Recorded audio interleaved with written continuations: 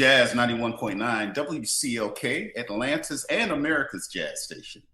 This is Rick Joyner, host of Serenade to the City, with a special edition where we're going to take this hour and highlight a legend in jazz music. And when I say a legend, I mean indeed a legend. This guy is just amazing. He's a Grammy Award winner, multiple Stellar Awards, traveled the world sharing his gift of music with everyone that he can. And he's just an incredible guy. From my hometown of Memphis, Tennessee, my friend and brother, Kirk Whalum. Man, how you doing? Hey man, I'm glad to be here. Thank you very much, man. We took the road that less traveled to get here.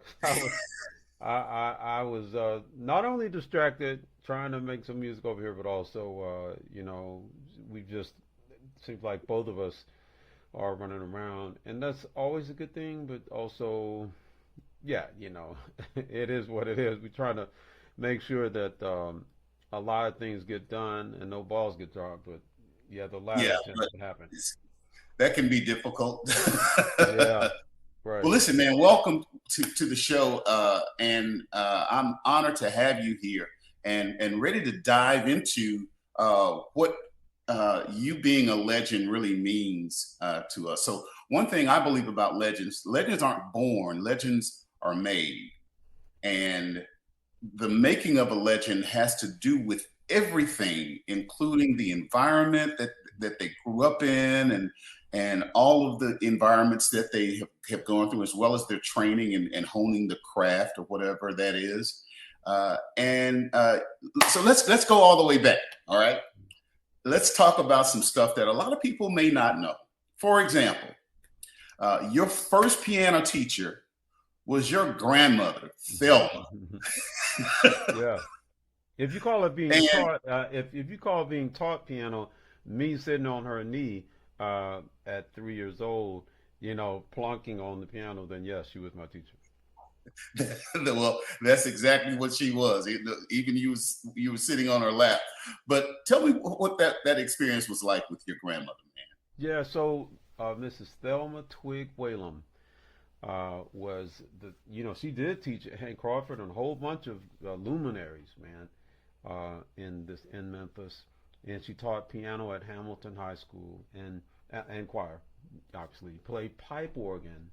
Wow. at Metropolitan Baptist Church, and that was high church. So for people who know a little about the history of the black church in this country, when like right now you're sitting in Georgia, where one heavyweight gospel legend showed up in Chicago talking about, hey, I'm here with my music from Georgia, and they're like, oh no, you're not.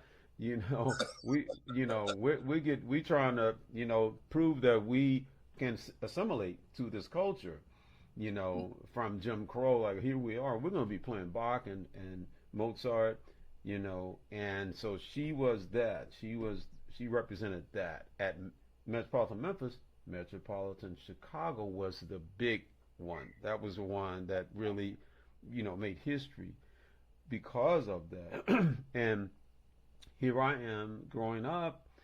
I was at her house, a lot, man, because she ended up being blind, and so my grandmother Thelma, man, I was her little guy, man. I would when I eventually got old enough, go to the store for her and help her with her medications and all that. So I learned a lot more than piano.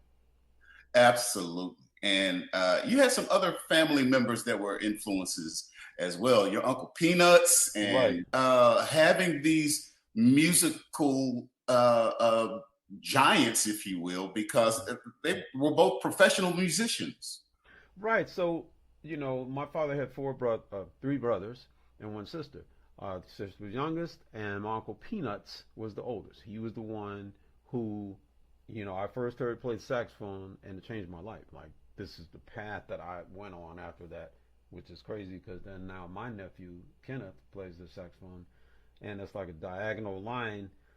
He launched out, and he, with Beyonce and Jay Z and just all, Maxwell, and out there doing his thing. So that line is important. But my uncle Peanuts was the guy who, let me, I got to hear him up close and personal as a 12-year-old just picking up the saxophone.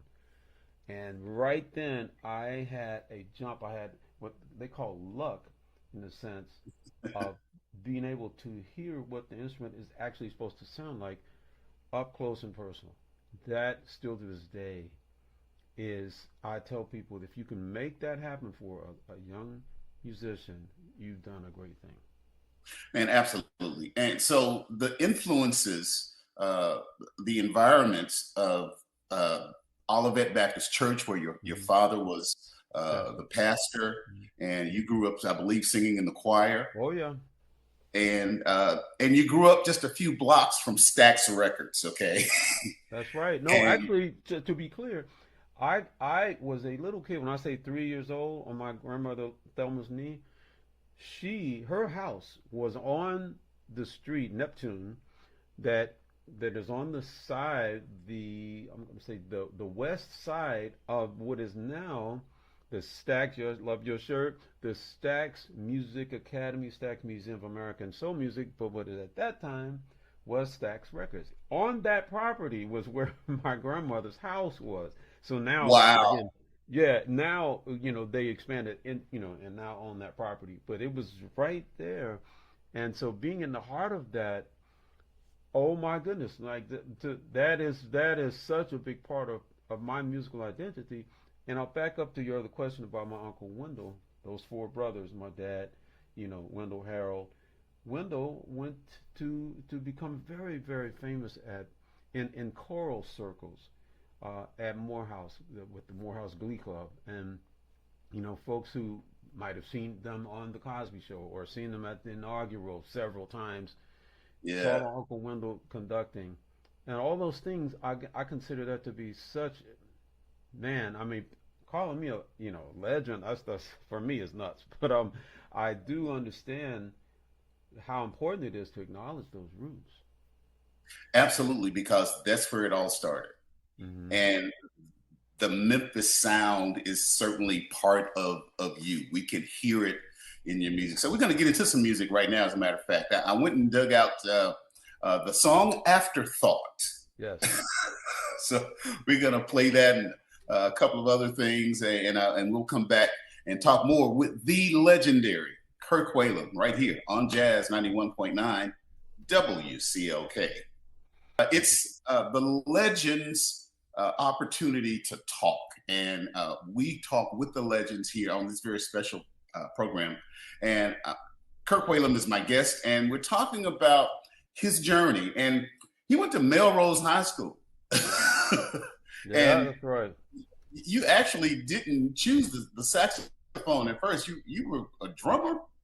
Yeah, well, every kid, every boy, pretty much wants to beat on things. That's the way we're enculturated, right? And Yeah.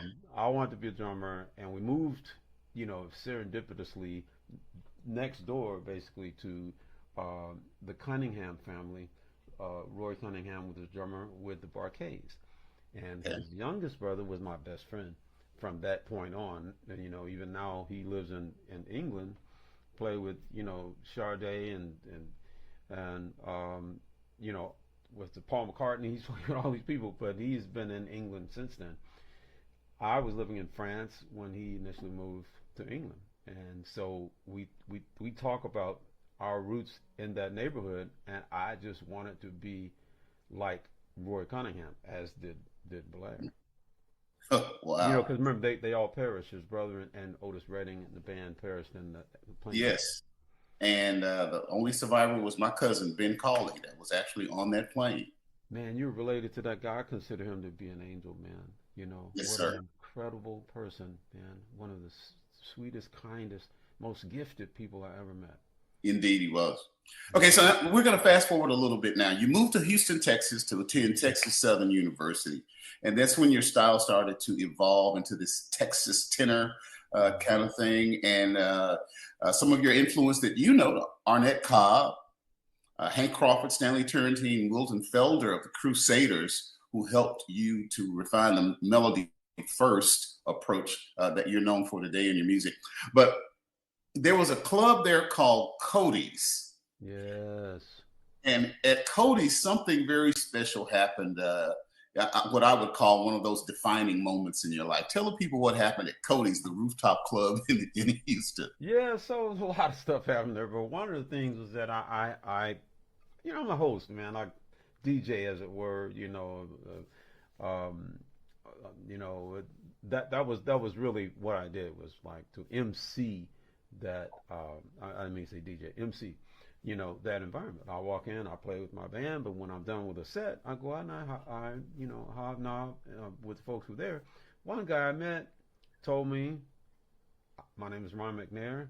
These big, thick glasses." He said, "I'm an astronaut," and so that registered. But there was a lot going on. Man, I can't even tell you. The place was always crowded. Yeah. Like a month later, the guy came back. I've seen and met, probably 1,000 people in that time. I recognized him. I said, "Oh man, I'll never forget the face. I know you do. You do something about flying. Are you a flight attendant?" This brother had two master's degree, a doctorate. I mean, degrees, a doctorate. He worked the laser. He was a specialist in the laser arm on the space shuttle. I'm like, "Are you a flight attendant?" So when we put our You foot in our reduced mouth. your head to a flight attendant, really? Yeah, you should probably take your shoe and sock off before you put your foot in the mouth. But um, Yeah. later on, that became important because when he perished in the shuttle, his wife Cheryl, asked me. She said, "Would you play this piece in his honor?" A huge thing that happened in Houston called Rendezvous Houston. People can look that up on YouTube maybe when they finish watching this interview. Rendezvous Houston. It was 1.2 million people, the largest audience in history at that point. I don't know about now, but it was insanity. There was people you could not see the end of them. And I played a piece in honor of my friend, man, the astronaut Ron McNair. Wow. One other major thing that happened in Houston is that's where you met Bob James, right? That's correct. I was, playing at Cody's, and this guy from Memphis, over the Carpenter, was an attorney. He said, "Man, I'm promoting a show with Bob James, and I want you to open the show." Long story short, man, I opened the show, and Bob says, he tells the story to this day. He says, "I know what happened. You got out there in your band, the audience peaked before I ever got to the stage." He's like, "And that ain't gonna never happen again." He hired me. So then I'm now touring with him at that point, right? Because like we were a little too good. And he said that would never happen again. Yep. Okay. And I mean I at that point now I'm playing at the premier jazz venues in this country, playing in Japan, in Europe with Yeah. Bob James, Montreux Yeah. Jazz Festival and all of that, man. That was just what a crazy pregnant time in life, man. All of the makings of a legend is what is happening there. You know that, Yeah. right? When I You hear didn't when I know it hear the word too. legend, man, I think old people. Okay, sure. All right, listen. You and Bob made some great music together, though, man. And Yes, that album was called "Joined at the Hip." In other words, what is hip? Well, we joined at that. It was the consummation of a relationship that began with him. That I told you, me playing on his record. Then he produced 3 records on me, and then from that point, man, we toured. I toured as his saxophone player for years, and now at this point we made a duet record, which was a very very big deal for me. yeah, kicking back from Kirk Whalum, Bob James here on Jazz 91.9, streaming everywhere at WCLK.com. Jazz 91.9, WCLK, Atlanta's jazz station. That is Kirk Whalum with Layla Hathaway, the song It's What I Do. And we are featuring the legend, Kirk Whalum, today on this very special hour here on Jazz 91.9 WCOK. And that's the one that got you the Grammy, man. What was that like?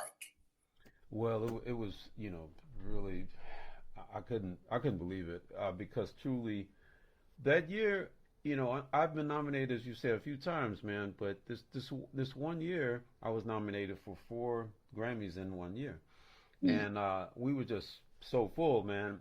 one of them I thought I had a chance to win, and that was like instrumental song of the year or something like that. And I did not win that. I did not win any of the other three. When it came time for the gospel song of the year, I was literally Ruby and I were just about to leave, go get something to eat and stuff. Because I'm like, how am I gonna win gospel song of the year? I'm not really a gospel artist per se. When they called my name out, you could have bought me for a penny, man. I was frozen. I was frozen. I'm like, in fact, Layla, who sang, I wrote the song for her. She was on her way down there, while I'm like trying to believe that they just said that. She like, yay, we won. And so when she got up there, I wasn't even there yet. And so I made it up there, and we just were so grateful. Of course, fast forward now, Layla has like 3 Grammys now, but that was back when she was, just getting started. Yeah, she was young. She was young. So let's talk about your tenure at Texas Southern University a little bit on your music scholarship. I've always been impressed with your use of the French language, which you do from time to time on your social media and in different times and stuff. And I was always a little jealous because I've always wanted to learn French. I Yeah. think it's such a sexy language, but you excelled in French, earning a scholarship that allowed you to study in Paris, right? Oui, c'est correct. J'ai gagné une bourse. I got a scholarship pour étudier en France, to study in France, en 1979, in 1979. Et puis, c'était pour moi une commencement. It was like a commencement, a starting, pour vraiment apprendre le français, pour être bilingue, to be bilingual, et pour parler la langue française couramment, to speak it fluently. Mais maintenant, même quand je pratique maintenant, as I'm practicing right now, c'est très, très important pour moi parce que si on ne pratique pas, if you don't practice, on se perd. You lose it. So, I speak Spanish. That's another story. But French is definitely that was my first love, and I still go there as often as I can. And I'm about to go to Cameroon, which is another French-speaking country, of course, colonization. But man, I'm really never been to Cameroon. Been to Africa many times, but this will be the first time in a French-speaking country. Wow. Well, not only do you speak multiple languages, you're also an ordained minister. Yes, sir. And you've earned a master's of art in religion. And of course, with your background, your dad being a pastor, Kenneth Jr., pastoring the New Olivet Church now, the church has just always been a part of you. And but you do some other stuff that people really need to know about, like Thank your you. passion for music education. All right, is it true you're a professor at Visible Music College? So I'm an adjunct professor. So for instance, like right now I'm talking to you via Zoom. I do that with some of my students, and other times when I'm here, I get to go to Visible. It's a beautiful small Christian college. Um, and then back to being ordained, what Ruby and I do now, having 45, almost 46 years of being in love. Well, that's not true. 52 years of being in love, 46 years being married. I perform, officiate at wedding ceremonies. Marcus Miller's daughter got married not long ago, and I was the officiant at that wedding. We have what's called Weddings by Whalum, which is on kirkwhalum.com. If somebody's interested, we come out. I can officiate and or play, and or my band can play a concert after, for the party, But Wow. it's something we're very passionate about. Man, that's so great. And you're also passionate about the Soulsville Foundation and the Stax Music Academy and the Soulsville Charter School. And in these roles, you're giving back as a hands-on mentor in many cases. And not only that, though, here's a lot of people don't know that you also volunteer as a barber. Mhm. You actually cut hair. Is it the Catholic Worker House? Well, so Catholic Charities is broader. They say you say The Catholic worker movement began in New York with um, the great Dorothy Day at the turn of the century. And that movement was all about back to basics. What is it? Why are we here? How can we be the hands and feet of Christ? Well, we have the right doctrine, the right dogma. No. She's like, absolutely not. What you do is what he did. You go out and you try. You can't heal anybody unless you're a doctor. But what you can do is heal the wounds, the psychological and physical, you know, emotional wounds of people who have been made poor. And what we can do is serve them and be in solidarity with them. Not like, oh, we're serving you. No, we need each other. And in that setting, at a place called Manor House, Memphis, Manor I House. am a barber, and it's in the Catholic workers' tradition. I happen to be Catholic now. That's a long story, but I love serving those brothers and sometimes sisters. Um, let me mention this. There's a lady who is mentally ill, and her name is Twyla, and she sports a bald head like you and me, and she's just a lovely person, man. She can't really converse very well, she's sort of in her own world. But when she needs her haircut, she comes up, and we put her name on the list, and then I go cut her hair. And here's the thing: that when we say the hands and feet of Christ, so when I'm touching someone in that chair, it's an intimate touch, right? Because you Yes. have your hands on someone's head. Yes. And I consider that to be such an honor and a privilege, because when Christ said, "When you've done it to the least of them, you have quite literally done it unto me," because He is incarnate in us. So I always say, man, I get to cut Jesus's hair when I cut Twyla's hair.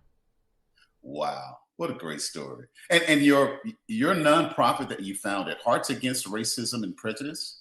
That's that is something that's no longer in place, but the work of that is obviously something I'm very passionate about. And right now, like when we did that 20 years ago, things were rough. Right now, all hands on deck, because we have a racist president, we have racist, uh, consulting, advising him, and so those of us who believe in love and that we need each other, we're better together.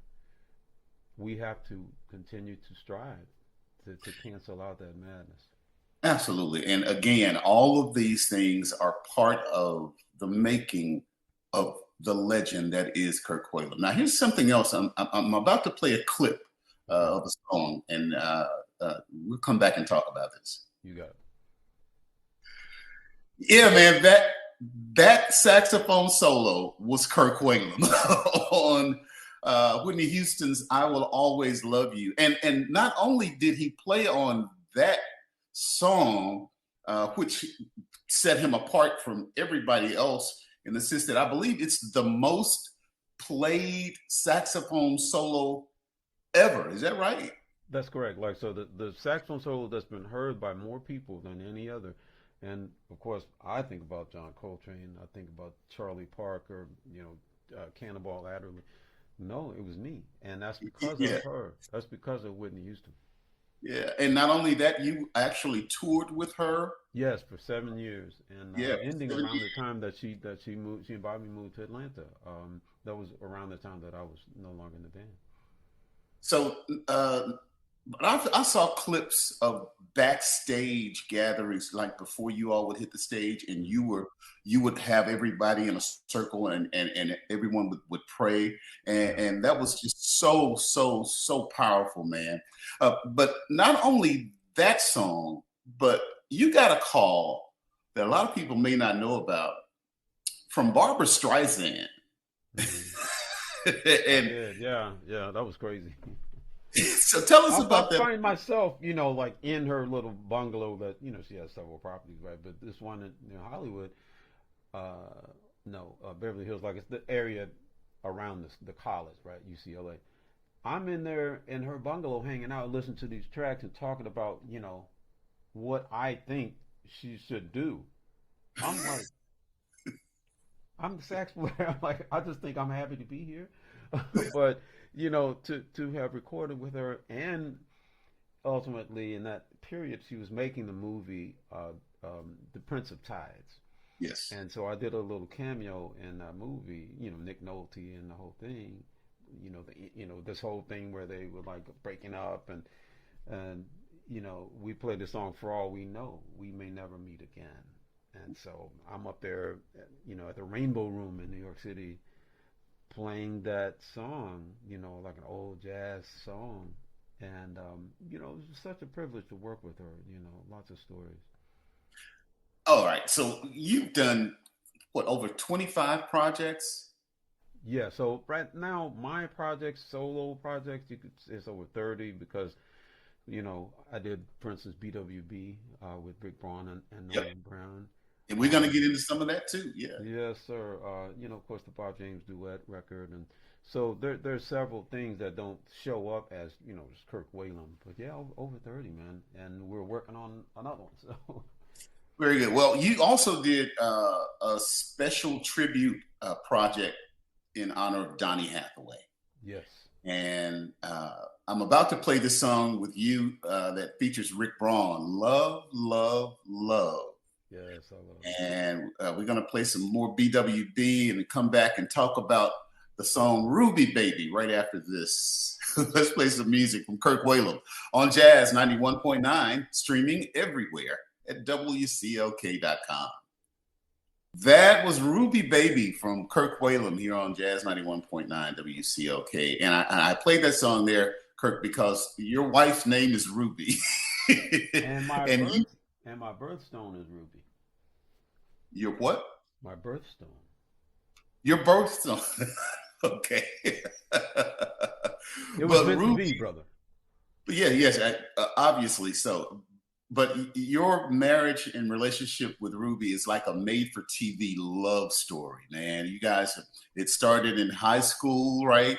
Right. And you guys have never left each other, and that's just a wonderful thing. But one of the things that I noticed, not only that, but the importance of family, Yeah. uh, and how family and how you connect and interact with them is also part of the legacy that has become Kirk Whalum to this point. So talk about the importance of family I and what will. I'm going to brag just a little bit on the family and say, like, the generations we spoke about before, my grandmother, my uncles. Now, as it stands, of course, my brother Kevin is a very bad character, man. He can seriously sing. If someone is here who's never heard this album called Romance Language, oh God. featuring Kirk and Kevin Whalum, it's one of my favorite records ever. Okay. Once I wait a minute, I gotta interrupt you. Once I discovered it, I fell completely in love with that whole project, bro. It It, is if you are married, people listen to me. If you are married or you're about to be married, you want to be married, you need to go seek out Romance Language by Kirk Whalum because it's some of the best. And it was a lot of the older songs that you redid with Kevin on the lead vocals. Man, oh God, I love that project. I'm well, sorry. Now, that record. Thank you for interrupting. That record was originally recorded by John Coltrane and Johnny Hartman, which who, as you know, both of them were just mind blowing. yeah, So that project called Ballads, we recorded it and we sort of updated it with respect, and it's called Romance Language. But yes, my brother Kevin's a bad man. My brother Ken can sing. He's a pastor, and that is his lane, and he's a well loved person. Then there's the nephews. My nephew Kenneth again is a superstar. So Kenneth Whalum the third. There's also a fourth. and tell us what Kenneth is doing Kenneth the saxophone player, singer, songwriter. and who's he with now. So his own thing, man, was his best. I mean, he still plays with a lot of people. He was on SNL recently with. I'll tell you in a second. Yes, he was with not Christina. I'll think of it in a minute because now Okay. my son plays with her. But Yeah. so Kenneth is out here doing his thing. Cortland, Whalum, all these K's. He's like he does a whole lot of sort of Broadway type performance, and he also sings with the orchestra, and he's tearing it up, man. He just sang it at Alcorn the other day. That's Cortland with a K. And then Cameron, trombone player, plays with Bruno Mars, and he's been with Bruno for 10 years. And the new record that Bruno just put out, I hope I'm not dating myself with this recording. People gonna be listening 10 years from now. Cameron Whalum, you see him with the hooligans. They're up there with singing and dancing and playing the trombone with Bruno Mars. And our son, we have 4 kids. The son is a musician, Kyle. My son Evan is not a musician. He's a gifted person in another area. But Okay. Kyle plays with Kelly Clarkson for about 9 years, and then with Katy Perry, with Katy for I think about 6 years. Remind me, I got a story about that. But now he's with Sabrina Carpenter, and that's the name I couldn't think of. Kenneth was on SNL with Sabrina Carpenter, and that's Kyle's gig now. Like he tours with her. Wow. He just did Coachella with her. Yeah. So the saying, the apples don't fall far from the trees. Yeah, that's a fact, man. I just never. And speaking of that, and here's the story. In about 32 years ago, I was in Paris playing with my boss, Whitney Houston, at a place called Bercy, Bercy. That place changed name just now, Accor. I and Ruby, we the other day, I guess a couple of months ago, were in Paris in the audience watching our son Kyle play the same venue with Katy Perry. Wow, what a full circle moment, man. I'm like tearing up, man. It's crazy. That's crazy. Well, listen, Kirk Whalum, we love you, man. We love your music. You are indeed a living legend, and we appreciate you. How can people connect with you? I know the project currently right now is Epic Cool. How can people connect with you and support? Yes, we want you all to connect, but especially the Epic Cool people. And if you're over 60, you're Epic Cool. Yes, that means Well, you, thank because we've made most of our mistakes. Okay, so that's why we're Epic Cool. We have gravitas in our mistakes, right? So the Epic Cool project, and you can always reach out to me on social media, just my name. Fortunate to have a name like that, Kirk Kirk Whalum, Whalum, and any social media, look for me under that name. But yes, the project that's currently out is Epic Cool, and that's when you play the song "Well, All Right," which is what I have to say about you, Rick Joyner, with your Memphis background. you. You see the bridge, right? Come on now. I wanted you to feel at home, even though I know you live in Memphis still. You're at home. So I can Yeah, get in my car and drive through 4 minutes, and I'll be looking at that bridge. yeah, absolutely. Listen, man, thank you so much for taking the time to be with me today. Make sure you check out Epic Cool. I'm going to leave the folks, man, with a couple of tracks from that Epic Cool project. Pillow Talk, which is so sweet, and another call and response, Badia. Yes. Ladies and gentlemen, Kirk Whalum, our very special guest, as we talk with the legends here on Jazz 91.9, streaming everywhere at WCLK.com. Thank you, man.